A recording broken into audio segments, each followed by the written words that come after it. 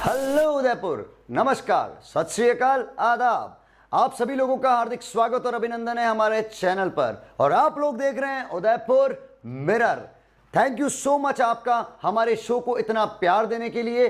जो प्यार हमारे शो को आप लोगों ने दिया है, बहुत से लोगों ने हमें कहा है कि आपके शो से हमें बहुत सारी एनर्जी मिलती है, बहुत सारी प्रेरणा मिल रही है, हम लोग काफ़ी इंस्पायर हो रहे हैं और हमें पता लग रहा है हमें लाइफ में आगे किस तरफ बढ़ना चाहिए। तो धन्यवाद आप सभी का शो को इतना प्यार देने के लिए। बढ़ते हैं आगे की तरफ। आज के शो में बढ़ते हैं आगे। हमारे पिछले गेस्ट ने आपको बहुत सारी इंस्पिरेशन दी थी, तो चलिए बढ़ते हैं आगे शो में और मिलते हैं आज के हमारे गेस्ट से। जानते हैं इनका नाम क्या है, इन्होंने इनकी स्कूलिंग कहां से करी है, इन्होंने कॉलेज कहां से पास आउट किया है और इनका प्रोफेशन क्या है। मेरी ज़िंदगी की अब तक की सफ़र की बात करें तो मैं आशीष शर्कावत, मेरा जन्म उदयपुर में हुआ था और उसके बाद प्रारंभिक शिक्षा मैंने उदयपुर के ही सेंट ग्रेगोरियस आलोक स्कूल और सेंट्रल एकेडमी से की। उसके बाद मुझे इंजीनियरिंग करने का मौका मिला। मैंने अपनी इंजीनियरिंग नासिक के sir Visvesvaraya memorial engineering college से मैकेनिकल इंजीनियरिंग में करी है। उसके बाद मुझे एक अवसर मिला महिंद्रा एंड महिंद्रा कंपनी में स्कॉर्पियो प्लांट में काम करने का। वहाँ मैं एज ए क्वालिटी इंजीनियर काम करता था। उसके बाद मैंने अपना MBA ख़त्म किया सप्लाई चेन में और पहली जॉब जो थी वो पोलारिस सॉफ्टवेयर के साथ शुरू की। उसके बाद कुछ पारिवारिक कारणों के कारण मैं उदयपुर में शिफ्ट हुआ सन 2010 में और 2010 में मैंने पायरोटेक ग्रुप में as an VP resource management join किया और कुछ कर्ज गुजरने की अलग ही इच्छा थी, मन में कुछ करने की चाह अलग थी। तो 2013 में मैंने अपने आप को शिक्षा के क्षेत्र से जोड़ा। 2014 से हम महाराजा कॉलेज में एज ए CEO वर्क किया। उसके बाद फिर भी मन नहीं माना तो 2017 में अपने हॉस्पिटैलिटी इंडस्ट्री में मैंने अपना बिजनेस चालू किया। एक छोटे से ठेले से हमने अपनी हॉस्पिटैलिटी की शुरुआत की, जहाँ पे हमने अपना छोले भटूरे के ठेले लगाए और वहाँ से अपना कार्य चालू किया। आज हम लोग हॉस्पिटैलिटी इंडस्ट्री में एक जाना पहचाना नाम है। आकार ग्रुप ऑफ हॉस्पिटैलिटी इंडस्ट्रीज़ हमारी कंपनी का नाम है, जहाँ पे हमारे पास 4 विला, 2 रिसोर्ट, एक रेस्टोरेंट, एक बार है और अब हम अपने बिज़नेस को मल्टी सिटी में एक्सपांड करने की सोच रहे हैं। अपने बिज़नेस के अलावा मेरी जो रुचि है खासकर सामाजिक कार्यों में रहती है। मैं अभी वर्तमान में rotary club of Mewar Udaipur का प्रेसिडेंट हूँ। 2 वर्ष पहले मैं लॉयंस क्लब उदयपुर मेन का अध्यक्ष था। उसके अलावा कई सामाजिक संगठनों से मैं जुड़ा हूँ, उनकी कार्यकारिणी में भी अग्रणी सदस्य हूँ। उसके अलावा मुझे अपना बीता पास टाइम जो है उसमें कभी कभी कुकिंग करने का शौक़ है और मुझे एडवेंचर और ड्राइविंग बहुत पसंद है। मोटिवेशन इंसान की जिंदगी में एक मधुमक्खी की तरह काम करता है। जिस तरह से मधुमक्खी एक फूल से दूसरे फूल पर जाकर बैठती है, पराग के कण बिखेरती है, उसी तरह से मोटिवेशन इंसान की जिंदगी में वो किरणें बिखेरता है जिनसे वो सक्सेस गेन करता है। तो चलिए इनसे पूछते हैं कि कौन सा मोटिवेशन था, कब मिला, कहां से मिला और कैसे मिला, जिसकी वजह से आज ये इतने सक्सेसफुल हो पाए। कहते हैं कि आवश्यकता ही आविष्कार की जननी है। तो जब मैंने महाराजा कॉलेज में CEO था, उसके बाद कुछ परिस्थितियों की वजह से हमें महाराजा कॉलेज बंद करना पड़ा और कुछ कार्य थे नहीं, घर पे आइडियल बैठे थे। तब लगा क्या किया जाए। तो उदयपुर शहर में हॉस्पिटैलिटी इंडस्ट्री एक ऐसी इंडस्ट्री है जहाँ पे हर दिन लोगों को बहुत सारी ज़रूरतें हैं। और मेरा एक साथी जो अतुल चौबे करके है, चौबे जी छोले भटूरे, जिनका आज भी बंसी पान के सामने ठेला है और बहुत मशहूर है, उनसे मुलाकात हुई तो उन्होंने बोला कि हम कुछ अलग करते हैं। फिर उसके साथ ही हमने एक फूड ट्रक लगाया जहाँ छोले भटूरे का, वो बहुत हिट हुआ। तो 100 फीट रोड पे हमने अपना एक रेस्टोरेंट खोला, चौबे जी ढाबा। उसके बाद फिर हमने याराना रिसोर्ट चालू किया। उसके बाद ये ग्रीन रॉयल रिसोर्ट लिया और ये सिलसिला चलता ही रहा और धीरे धीरे अब हम मल्टी सिटीज़ में अपने रेस्टोरेंट्स और रिसोर्ट की चेन्स एक्सपांशन कर रहे हैं। इंसान की लाइफ में हर्डल्स ना आए तो वो लड़ेगा किससे और जीतेगा कैसे। तो इसी के साथ चलते हैं, जानते हैं इनकी लाइफ में ऐसी कौन सी हर्डल्स थी जिनकी वजह से उसको पार किया और आगे बढ़ गए सक्सेस की तरफ। तो गाइस जानते हैं कौन सी हर्डल्स थी और कैसे इन्होंने उसको ओवरकम किया। अभी तक की जीवन यात्रा देखें तो लाइफ एक रोलर कोस्टर की थी, प्रोफेशनल लाइफ। जब पोलारिस में काम कर रहे थे तो मुझे लंदन जाने का एक मौका मिला और पर पारिवारिक कारणों की वजह से मेरे माता पिता की तबीयत काफ़ी ख़राब हो गई थी, तो एक डिसीजन लिया कि उदयपुर में शिफ्ट हो जाना चाहिए। 2010 में मैंने उदयपुर में पायरोटेक में ज्वाइन किया और बहुत ही अच्छी प्रोग्रेशन चल रही थी, पर अचानक विधि को ये मंजूर नहीं था और 2014 में मुझे एक स्ट्रेस अटैक आया। इस स्ट्रेस अटैक ने मुझे और मेरे परिवार को झंझोड़ के रख दिया।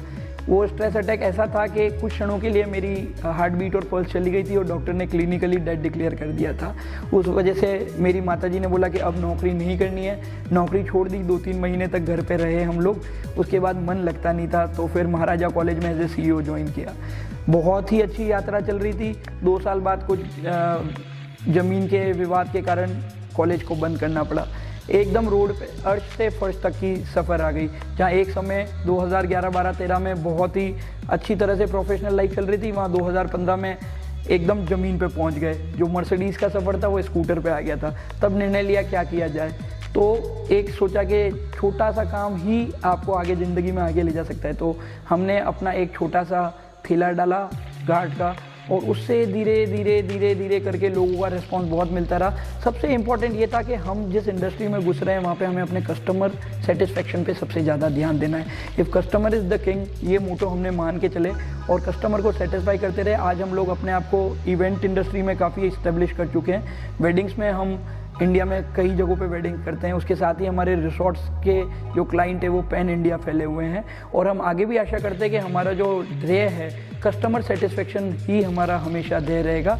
और ये जो रोलर कोस्टर है ज़िंदगी की, ये हमेशा बहुत सारी सीखें दे के जाती है। बुरे वक्त में हमने जो कुछ सीखा हम उसको अपने व्यापार में आगे इम्प्लीमेंट करके उससे कुछ अच्छा निकालने की कोशिश ही कर रहे हैं। इंसान अपनी जिंदगी में अपने इतिहास से सीखता है, और आज हम जो आपको बता रहे हैं वो आने वाले भविष्य के लिए एक इतिहास है। इसी के साथ बढ़ते हैं आगे की तरफ। हम जानना चाहते हैं कि ये युवाओं को क्या मैसेज देना चाहते हैं, इस समय के युवाओं को जो दिशा भ्रमित हो चुके हैं और कहीं ना कहीं उनको इसकी जरूरत है। जब 2010 में मैं पायरोटेक में ज्वाइन किया था एज ए वाइस प्रेसिडेंट, तो एक बहुत ही एसी केबिन और एक अच्छी सी अच्छे सेक्रेटरी और एक अच्छा सा माहौल मिला था। तो लगता था कि ज़िंदगी इससे बढ़िया खूबसूरत कभी हो नहीं सकती है।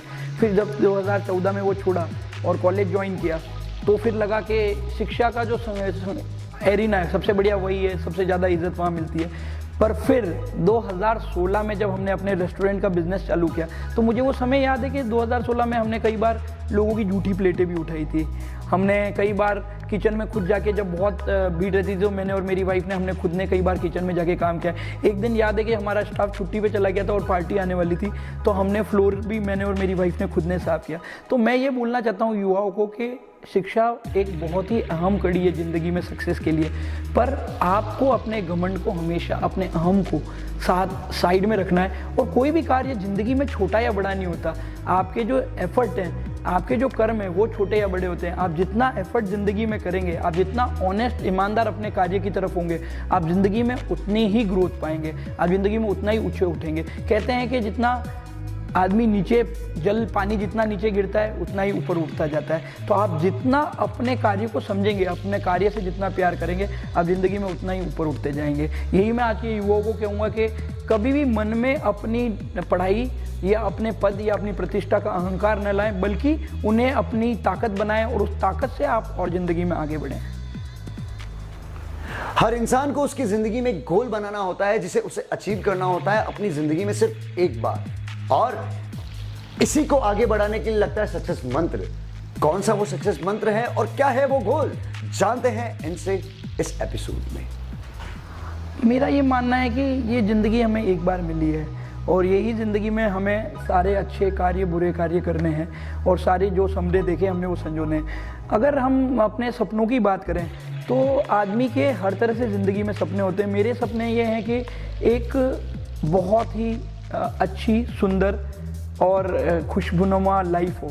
अब उस खुशनुमा लाइफ में मैं ये सोचता हूँ कि हमने जो व्यापार चालू किया है उस व्यापार में हमारी एक ऐसी पहचान हो कि हम हिंदुस्तान के जिस कोने में जाएं लोग हमें पहचानें, इस ग्रुप से हमारी पहचान हो। साथ ही साथ समाज सेवा में मैं अपना नाम करना चाहता हूँ, जहाँ पे लोगों के मैं ज़रूरत से, जहाँ भी कहीं भी ज़रूरत पड़े, लोग मुझे याद करें। जैसे मुझे याद है कोरोना टाइम में सोनू सूद जी थे।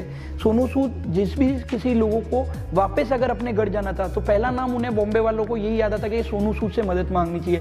तो हम अपने आप को इस मुकाम पे लाना चाहते हैं कि हम एक फील्ड में उस फील्ड में कभी भी किसी को कोई ज़रूरत पड़े मदद की तो वो हमें हमेशा याद करें। यही हमारे ज़िंदगी का समाज सेवा से रिलेटेड मंत्र है। और अपने व्यापार में तो हम चाहते हैं कि हर एक बच्चा इस हिंदुस्तान में हमारी इंडस्ट्री को जानता हो। जब मोबाइल नहीं थे, एंड्रॉइड नहीं थे, व्हाट्सएप नहीं था, फेसबुक नहीं था, कोई सोशल मीडिया नहीं था, तब 4 लोग एक साथ बैठते थे और शेयर करते थे कुछ किस्से अपनी जिंदगी के, अपने देखे हुए, अपने समझे हुए। चलिए इनसे ही पूछते हैं इनकी जिंदगी का वो कौन सा किस्सा है जो इस कैमरे के माध्यम से, इस उदयपुर मिरर के माध्यम से ये पूरी पब्लिक को शेयर करना चाहेंगे, जिससे पब्लिक को कोई इंस्पिरेशन मिल सके और उन्हें सुनाई दे। मई 2014 की बात है। मैं एक शादी समारोह से वापस आ रहा था। मैं और मेरी वाइफ उस टाइम प्रेग्नेंट थी और हम लोग अच्छे से आ रहे थे और अचानक से मेरी तबीयत बिगड़ी और बहुत ज़्यादा तबीयत बिगड़ने से मम्मी पापा मुझे हॉस्पिटल लेके चले गए। डॉक्टर ने इमीडिएटली ट्रीटमेंट चालू किया पर इमीडिएटली मेरी आंखों की रोशनी चली गई, मेरी आवाज़ जा चुकी थी, मेरी सुनने की ताकत जा चुकी थी, मेरे हाथ और पाँव ने काम करना बंद कर दिया था। उस समय मन में कोई दिमाग में चल रहा था तो वो लग रहा था कि मैं मेरी मम्मी का हाथ पकड़ना चाहता था। उस टाइम मुझे लग रहा था कि शायद ये ज़िंदगी अब नहीं रहेगी। मैं उनका हाथ पकड़ना चाहता था पर मैं पकड़ नहीं पा रहा था। उस समय सच में मानो तो ज़िंदगी में व्यवसाय, अच्छाई, बुराई सब कुछ भूल चुका था। जो क्षण था तब मुझे सिर्फ और सिर्फ याद रहा अपना परिवार, अपने परिवार के लोग। वो लगा एक क्षण के लिए उनसे मिल लेते तो बहुत अच्छा रहता, पर पता नहीं भगवान वो क्षण देगा या नहीं देगा। पर ईश्वर की मेहरबानी थी कि हम ज़िंदगी में वापस आए और वापस से हमने कम बैक किया। वो क्षण हमेशा हर समय आंखों में रहता है। जब भी उस क्षण को याद करते हैं परिवार वाले में और मेरी माता जी तो आंखों से आंसू टपकते रहते हैं कि भगवान ऐसी तकलीफ़ किसी को ना मिले। पर फिर भी भगवान का शुक्रिया है कि उन्होंने वापस एक नई ज़िंदगी दी। उसके 2 साल बाद ही जब हमने व्यवसाय में कुछ भूमि विवाद के कारण जब हमारा पूरा बिजनेस नष्ट हो गया था तो एक बहुत ही अच्छी ज़िंदगी जीने के बाद एक बहुत ही नॉमिनल ज़िंदगी, बाज़ार में कुछ लोग जो पैसे मांगने वाले थे उनको पैसा चुकाना था और कमाई का साधन सब कुछ बंद हो गया था। उस दिन लग रहा था कि ये ज़िंदगी इतनी ताकतवर नहीं है कि अपन इसको आगे खींच सकें। तब मन में एक सेकंड के लिए एक ख्याल आया कि अगर हम कुछ गलत निर्णय लेंगे उसका प्रभाव मेरे परिवार पे और मेरे साथ जो भी लोग हैं उन पे भी पड़ेगा। इससे अच्छा एक मेहनत करके देखते हैं, शायद ज़िंदगी वापस परिवर्तित हो जाए। उस दिन से फिर से मेहनत चालू की। आज 4 साल बाद, 4.5 साल बाद दुनिया थोड़ी सी बदली सी लगती है। वही लोग हैं, वही साथी हैं, पर दुनिया एकदम खुशनुमा लगती है। गलतियाँ, बाय गॉड, ये वो तितलियाँ हैं जो हर इंसान की ज़िंदगी में उड़ती रहती हैं और जब हम इन्हें पकड़ लेते हैं तो ये मर जाती हैं। उसी तितली की तरह जब हम किसी तितली को लाइव पकड़ लेते हैं, उसी तरह से अगर हम हमारी गलती को पकड़ लेते हैं तो गलतियाँ खत्म हो जाती हैं, यानी कि वो मर जाती हैं। तो ऐसी कौन सी गलती है जानना चाहेंगे इनसे जो ये सुधारना चाहते हैं या ये सुधार चुके हैं? इसे गलती नहीं बोलेंगे, एक्चुअली एक आदत थी ज़िंदगी में लोगों पे बहुत ज़्यादा विश्वास करने की। शायद कुछ लोगों पे ज़रूरत से ज़्यादा विश्वास करने लग गए थे। व्यवसाय में लोगों पे विश्वास किया, अपनी ज़िंदगी में काम के इस फील्ड में लोगों पे बहुत ज़्यादा विश्वास किया। मुझे लगता है कि आप ज़िंदगी में सब पे विश्वास करें पर हर विश्वास पे एक सावधानी ज़रूरी है। आप जो भी एक्शंस लें उस पर एक सावधानी लेना ज़रूरी है। शायद मेरी यही गलती थी कि मैंने लोगों पे आंखें बंद करके विश्वास किया और उसका खामियाजा मुझे मेरे व्यवसाय में नुकसान खा के भुगतना पड़ा। तो मैं सोचता हूँ कि अब मैं लोगों पे आज भी विश्वास करता हूँ पर थोड़ी सी सावधानी रखता हूँ, शायद ताकि मुझे फिर से वो ठोकरें जो ज़िंदगी में मैंने खाई है फिर से ना खा सकूँ।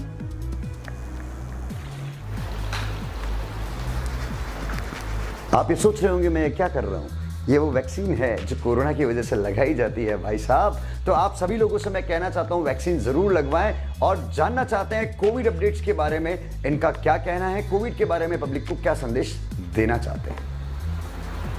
जिस वक्त हम ये बात कर रहे हैं मुझे लगता है कि मैं शुक्रिया करना चाहूँगा हमारे माननीय प्रधानमंत्री जी का और देश के सब लोगों का और भगवान का कि आज हम इस महामारी से काफ़ी हद तक उबर गए हैं।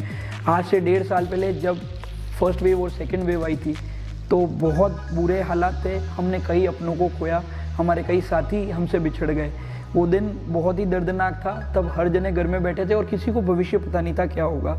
कोरोना एक ऐसी जंग थी जिससे हम मानवता ने इससे बाहर निकला है, उसको जीता है। पर इस कोरोना ने हमें बहुत सारी चीज़ें सिखा दी।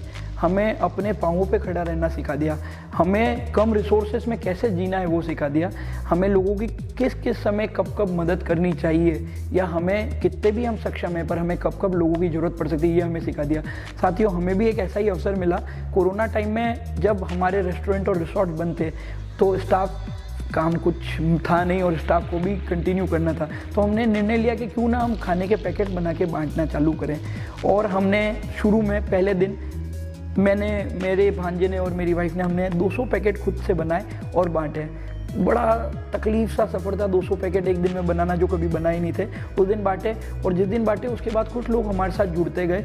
और साथियों, आप मानोगे नहीं, 10 दिन में 15 दिन में जो हमारा 200 पैकेट पर डे का जो रेशियो था वो 4,500 पर डे पे पहुंच गया था। और 45 दिन तक हमने ये सेवा करते रहे।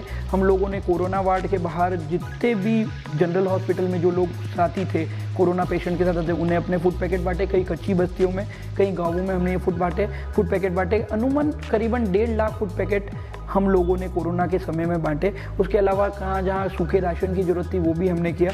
कुछ जगह हम लोगों ने मेडिसिन भी पहुँचाने की कोशिश की।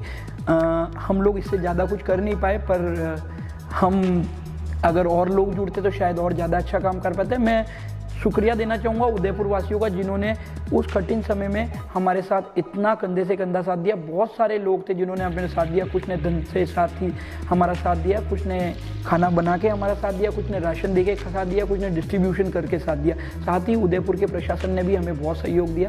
उसके लिए मैं तहे दिल से शुक्रगुजार हूँ और सभी से ये प्रार्थना करता हूँ कि ऐसी विपरीत घटनाएँ और ऐसी परिस्थितियाँ भविष्य में हमें न दिखाए, ताकि मानवता को इतना डर न झेलना पड़े। माय गॉड, जितना प्यार आपने हमारे शो को दिया है, मुझे तो बर्दाश्त ही नहीं हो रहा। मुझे लग रहा है मैं कहाँ पहुँच चुका हूँ। आप लोगों का धन्यवाद इस शो को इतना प्यार देने के लिए। और मैं आपसे ये कहना चाहता हूँ कि लास्ट तक आई गए तो घंटी के वाला बटन दबा के जाना और सब्सक्राइब करते हुए चले जाना, क्योंकि अगर आप सब्सक्राइब करोगे तो अगली बार मैं किसी और अच्छी हस्ती को लेके आऊँगा। तो आप लोगों के लिए उदयपुर मिरर हमेशा हाजिर है और मिलते हैं अगले एपिसोड में एक शानदार हस्ती से। फिर मिलेंगे। Thank you.